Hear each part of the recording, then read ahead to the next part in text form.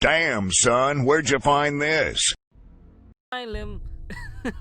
Batman Arkham Asylum is sort of crazy to talk about. It came out 10 years ago, and that's crazy to me. I remember being 11 when I first saw this game, and to me at the time it was mind-blowing. But I never actually played it until I was 13. I actually played Arkham City before Asylum. Nonetheless, at some point I ended up playing it and loving it so much. Before I forget, the game was developed by Rocksteady and published by Eidos Montreal / Warner Brothers. The craziest part of this is that Rocksteady had made one game before this and it's pretty forgettable. Rocksteady came out of the blue and worked on a Batman game, and that's crazy.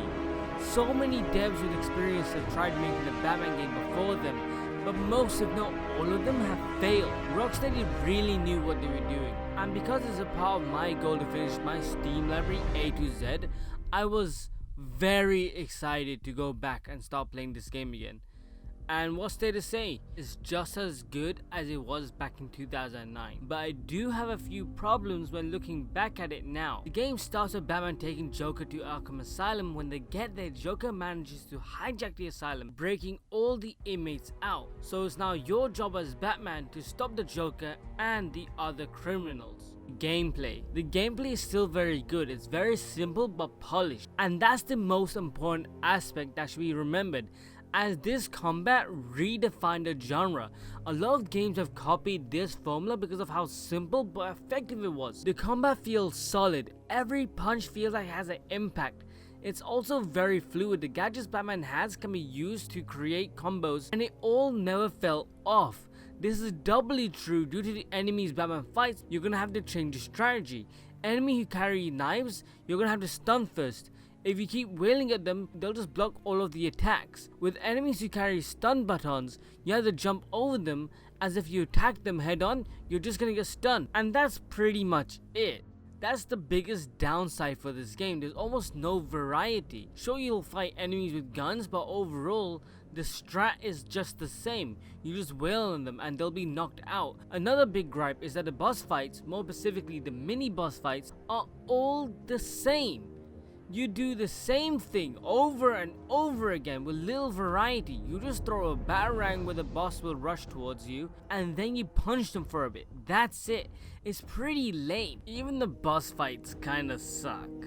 So you meet about 4 people in the game, 4 actual prominent characters in the Batman mythos: Scarecrow, Bane, Killer Croc, Poison Ivy, and Joker. And out of all of those people, only about one of them is the actual real boss fight, and that's Poison Ivy. Scarecrow, he mainly drugs you. Bane's just another Titan Formula Man. Joker is also another Titan Formula Man. And Killer Croc, you don't really get to fight. Poison Ivy is the only character in this game that has actual notoriety when it comes to a boss fight. And I never realized this until now. Moving on, the gadgets Batman has can also be used during combat, but some are slower than others, making them pointless. Like the grappling hook, there's almost no reason to use it.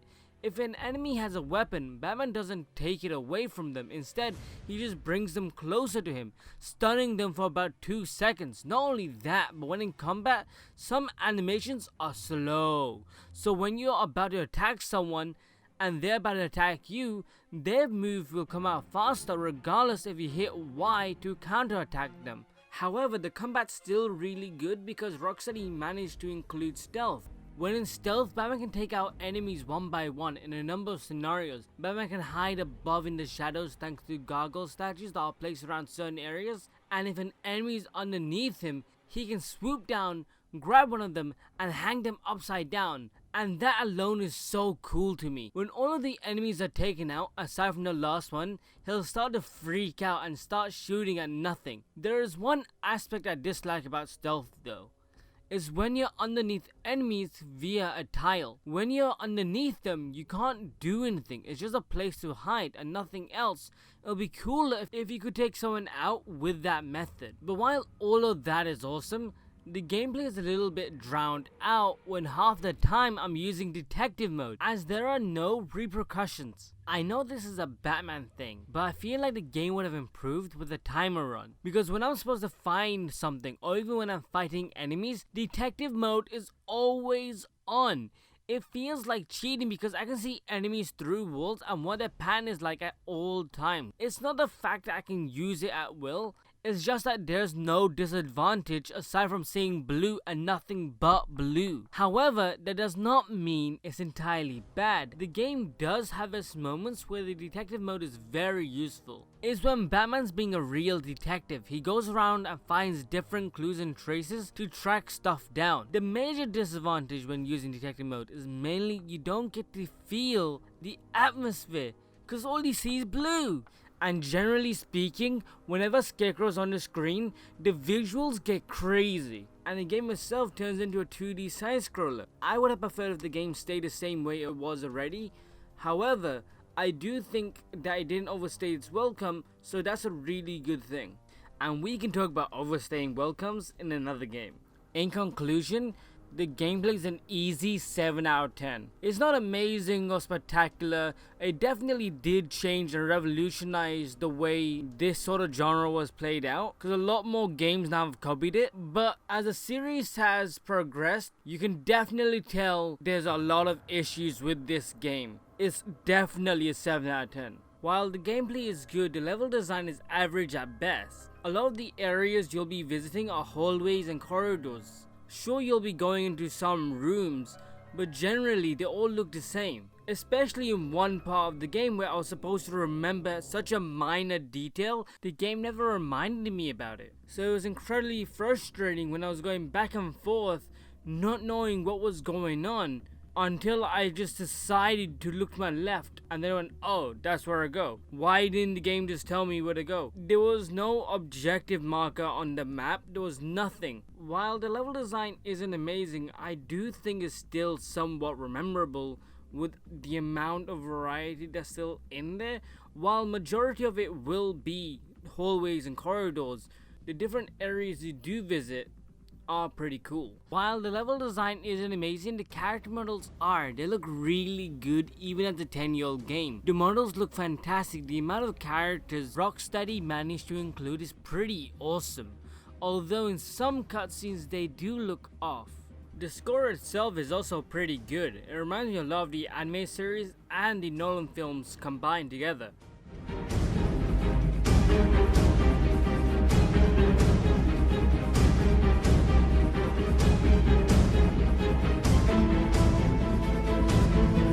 With a score that might actually rival it in my opinion. It gives off a sense of danger and enemies looking out for the Batman. It too reminds me of a horror game. One man and plenty of villains. In any case, we're at the finale, the story.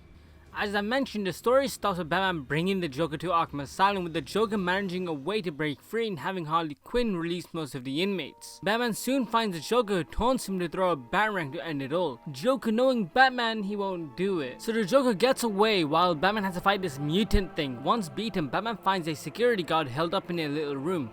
FaceTiming Batman, Joker reveals he has an inside man who led the charge for him to take over the asylum and is now captured Commissioner Gordon. Batman manages to track Gordon down, but Harley has him captive.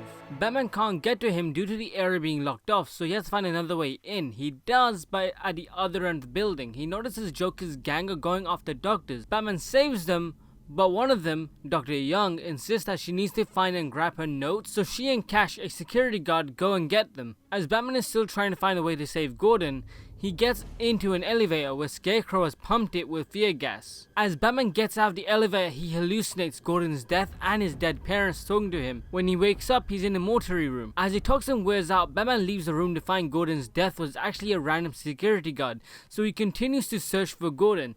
He quickly finds him and saves him from Harley Quinn. Gordon then tells Batman that Joker has a surprise for him.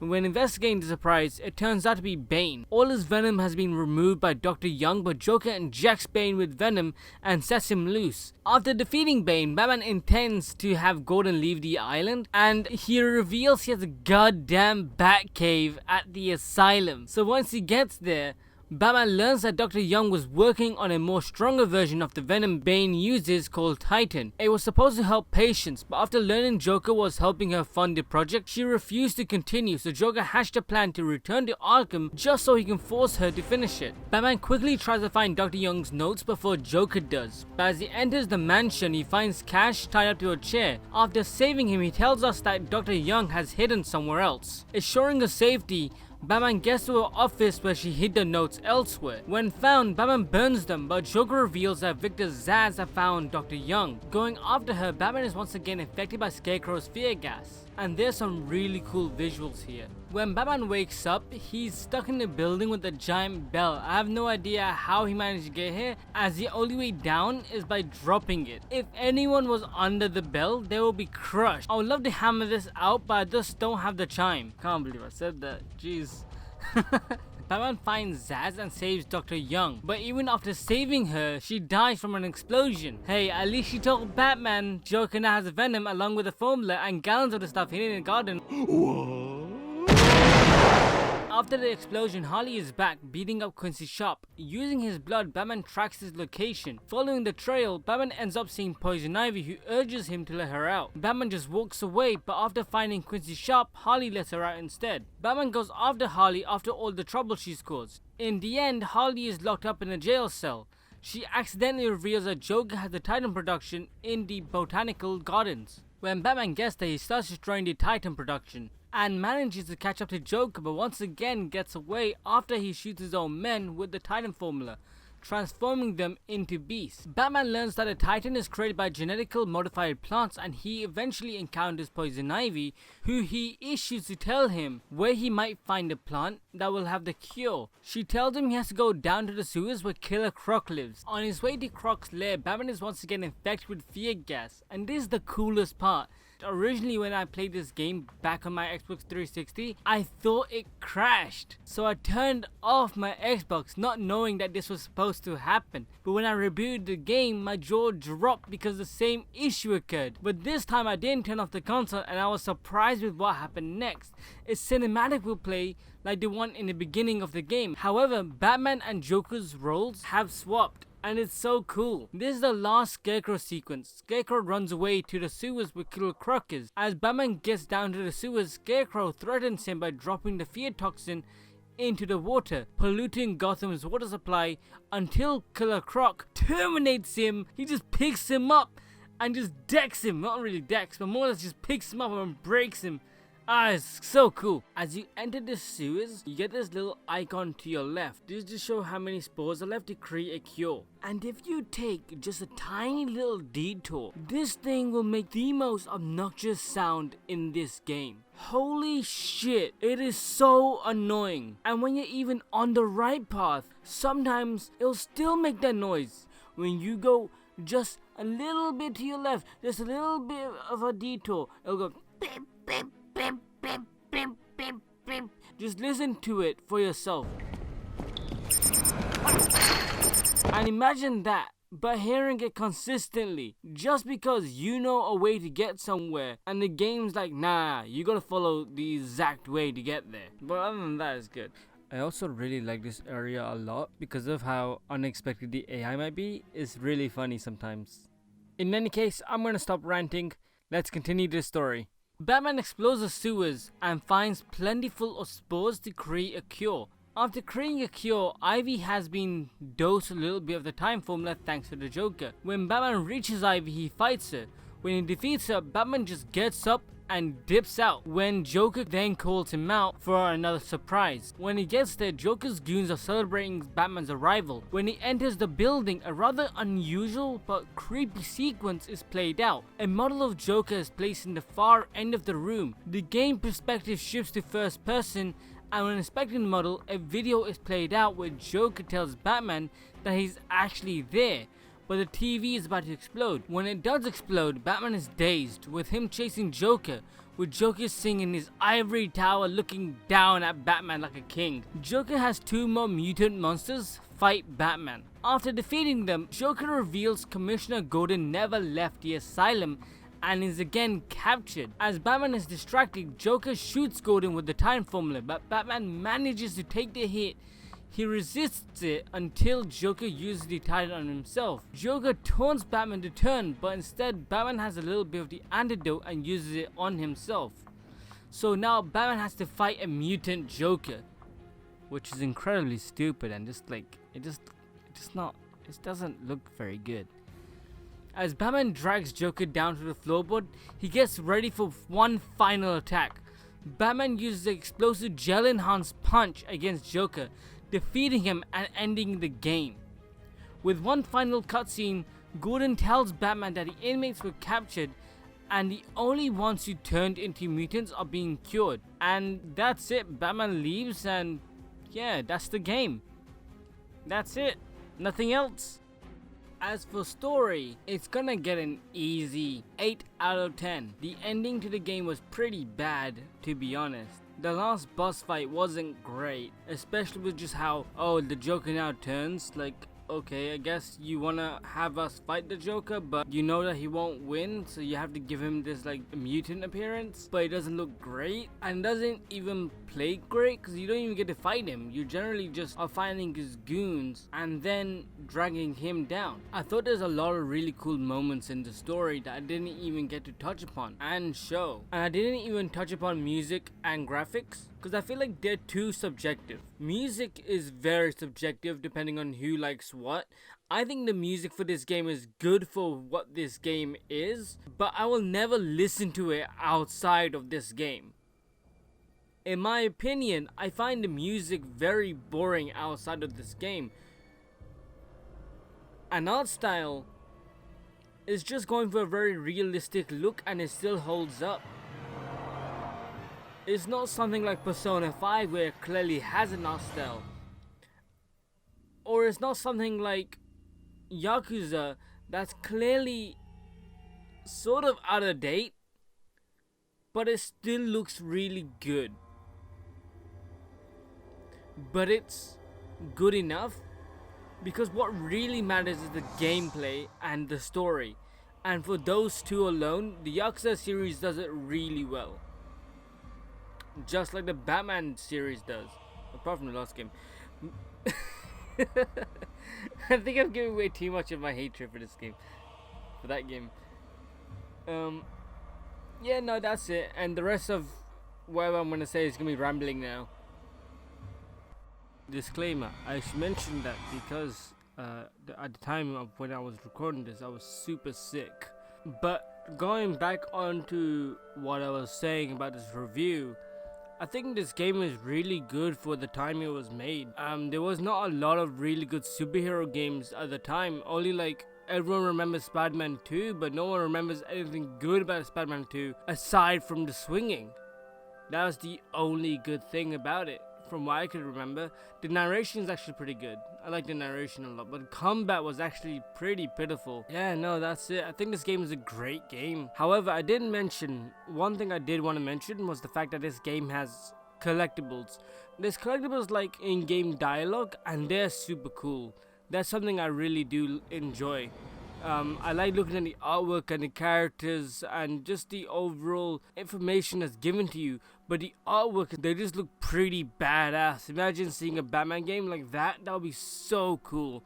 Holy shit, I would love that so much. Like, because the Arkham series is practically dead, I would love to see an art style of this, like a comic book Batman game, in the form of a comic book, like looking like a comic book. Like Marvel vs. Capcom 3. I think that's nailed down a fantastic comic book feel. Yeah, but overall that's it. And yeah, see ya, bye. See you for the next review. The next review will probably be Batman Arkham. The next Batman will probably be Arkham City, and then night. Yeah, anyway, nighty night. You could probably also subscribe and like if you wanted to. You know, not gonna force you. Wish I could though. I'm kidding. Alright, see ya. But another reason why the gameplay is so good is because they incorporated stealth. Iris, why are you licking my feet?